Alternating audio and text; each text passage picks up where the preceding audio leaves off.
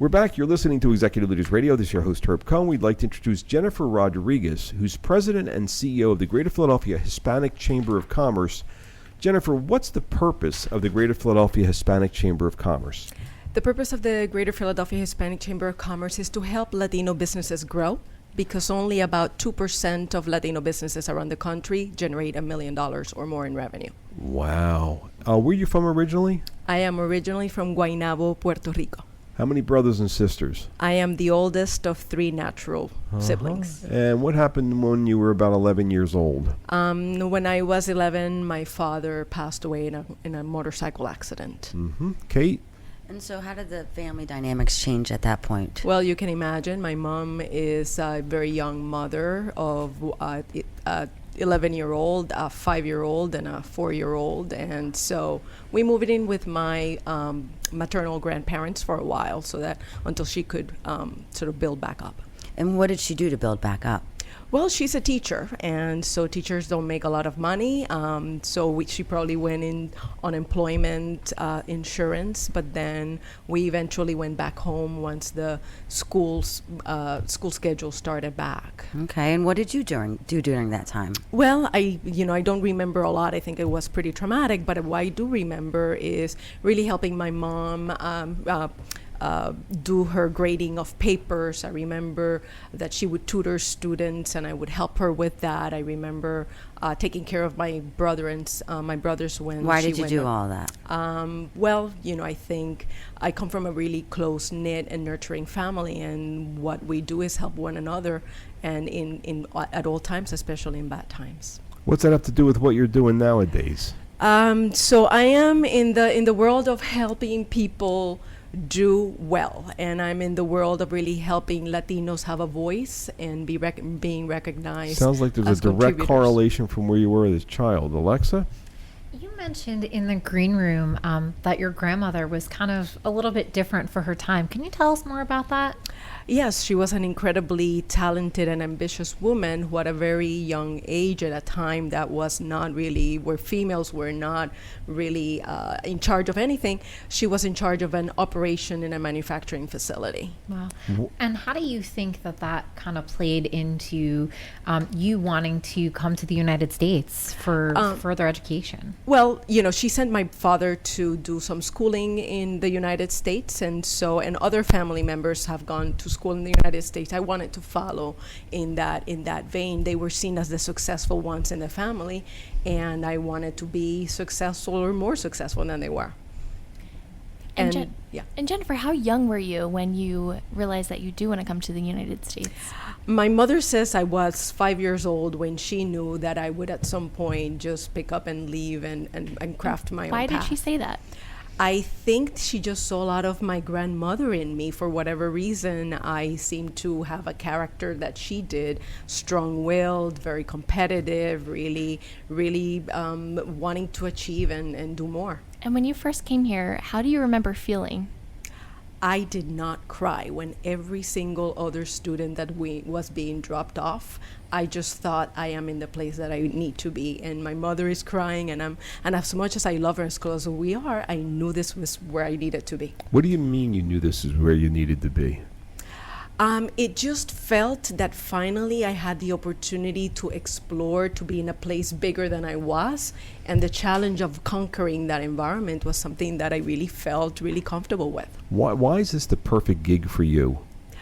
It is the perfect gig because I get to help people and help a whole community, and I get to do something that nobody ever thought, even myself, that I would do. It's unlikely. How young were you when you were pulling together communities? How young were you when you were pulling together communities? How young I was when I were pulling together communities. I think I remember high school. I was elected to the class government, and we were charged with raising a lot of money so we could pay for the senior trip. And what was your role in that? So I was vice president of the class. So you organized everybody. I organized a lot of it. We ended up raising $16,000. What's the similarity between what you did then and what you're doing now? I raise a lot of money and get to do great projects. Matthew?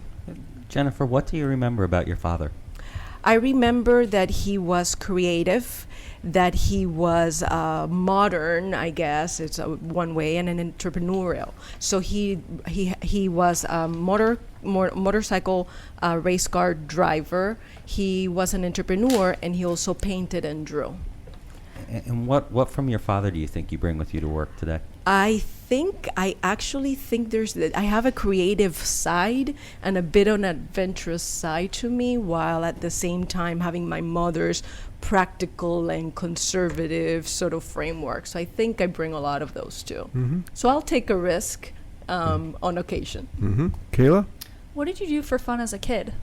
So I had a neighbor that she was really crafty, Martha Stewart in Puerto Rico kind of thing, and she would teach all the girls how to do jewelry, how to sew. She had a side business, and we made her purses and accessories, and so she sort of taught all the girls in the neighborhood how to do that. Mm-hmm. And I, believe it or not, I was part of a girl band. I do not confess to that at all, but you get to hear it today. Kate, go ahead. Yeah, what happened to your spirit when your stepfather came into your life?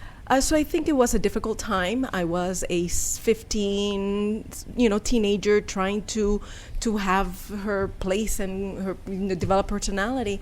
And he was a really conservative individual, and I think our personalities clashed. So I think I told myself that moving forward, I would do what I wanted to do, and I would not answer to anybody, as long as I felt that I needed to be responsible as well, right? So I was not a crazy kid by any means, but I have really strong-willed. No limits. No limits. And my mother never, when I asked my mother, what should I do? She said, you will figure out what you want to do, because you in your heart know what it is, and I don't want you to blame me for any decisions you make in the future. Isn't that no limits what you're bringing to the to the members of the Chamber of Commerce? Absolutely. I think that Latino businesses don't quite understand that really there are no limits, right? I think culturally, Latino culture tends to be a little bit more formal. They ask permission. If you're not invited to the party, you don't go.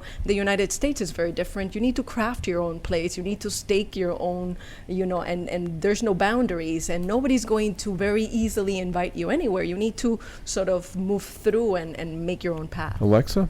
What influence did your grandmother have during that transitional time with your family, and how does that play out today?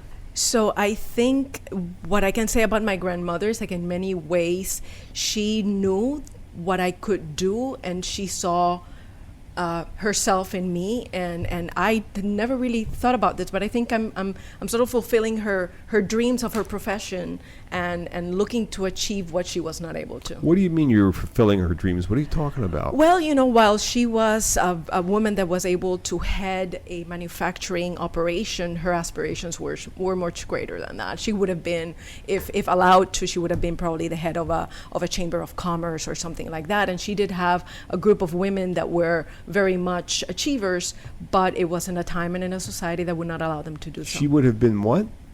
She would have probably been the head of a chamber of commerce in Puerto Rico if she had. Just want to make sure I understood. I heard correctly.